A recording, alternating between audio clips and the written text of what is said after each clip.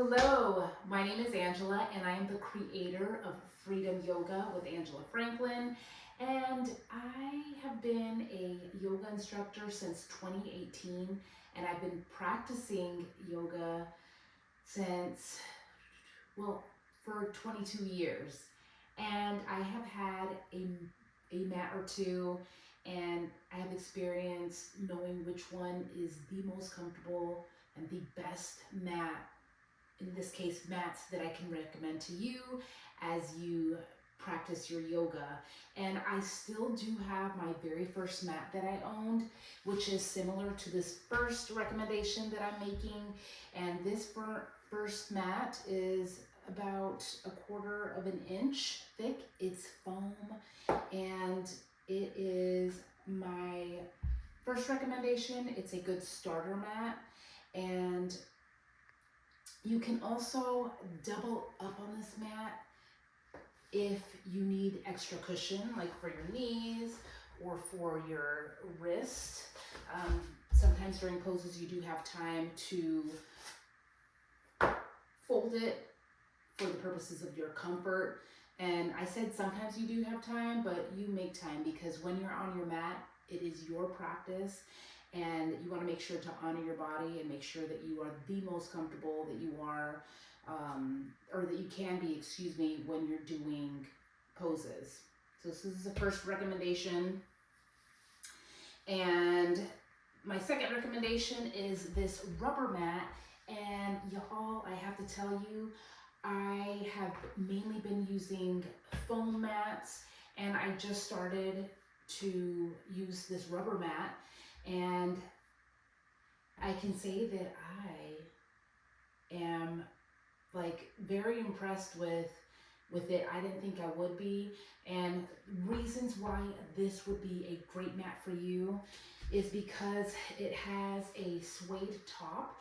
It's almost like having a towel here. So when your hands get sweaty, when your feet get sweaty, and they will during practices, unless you don't sweat at all, which I don't know, but it has a good grip, right? So when I am in down dog or just here in this pose, but mainly, let's say down dog, where I have to be up on, my hands and my feet and having to hold this pose, I have a good grip, right? And so it's nice, and it's a little bit, it's actually probably a millimeter thinner than this mat, but this is a great mat to use. I'm very impressed with it.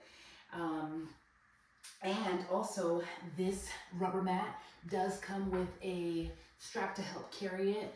It isn't as lightweight as this mat is, but this is a great mat to use. And my third recommendation is this Feetlu mat.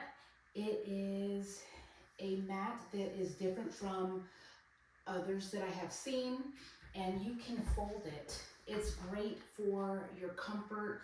The same thing as this first mat. To double up on it and to make it thicker, you can fold it, right? So for your knees, if you're here in this all four stance, and you can also use that seated, this fold in the seated position to give yourself a little bit of height if you're meditating, or if you're in a seated position and it feels the best for you to be a little bit heightened on the hips. And I will have to say that you can check out the information below in this video for where you can get these mats. And I would have to say this is my #1 recommendation for starter yogis, if you will, because like I said, the grip can be an issue when you are on these foam mats. I didn't mention it, but this is foam. It's a little bit thicker than this one, yet This middle one is my number one recommendation because of the feel of it, for your comfort, and the grip. And I do have to mention, it's very important for any yoga mat that you have to make sure to wipe it down with some warm soap and water after every practice, to make sure to keep it clean for you to practice on the next practice and the next practice, because they are kind of like socks. You want to make sure to wash them before you use them. So again, these are my 3 best recommended yoga mats for you, and from all 3 of these, I would say that this is the number 1, the rubber mat. And again, it comes with the strap to carry. All right. I look forward to hearing from you and to see which mats work best for you.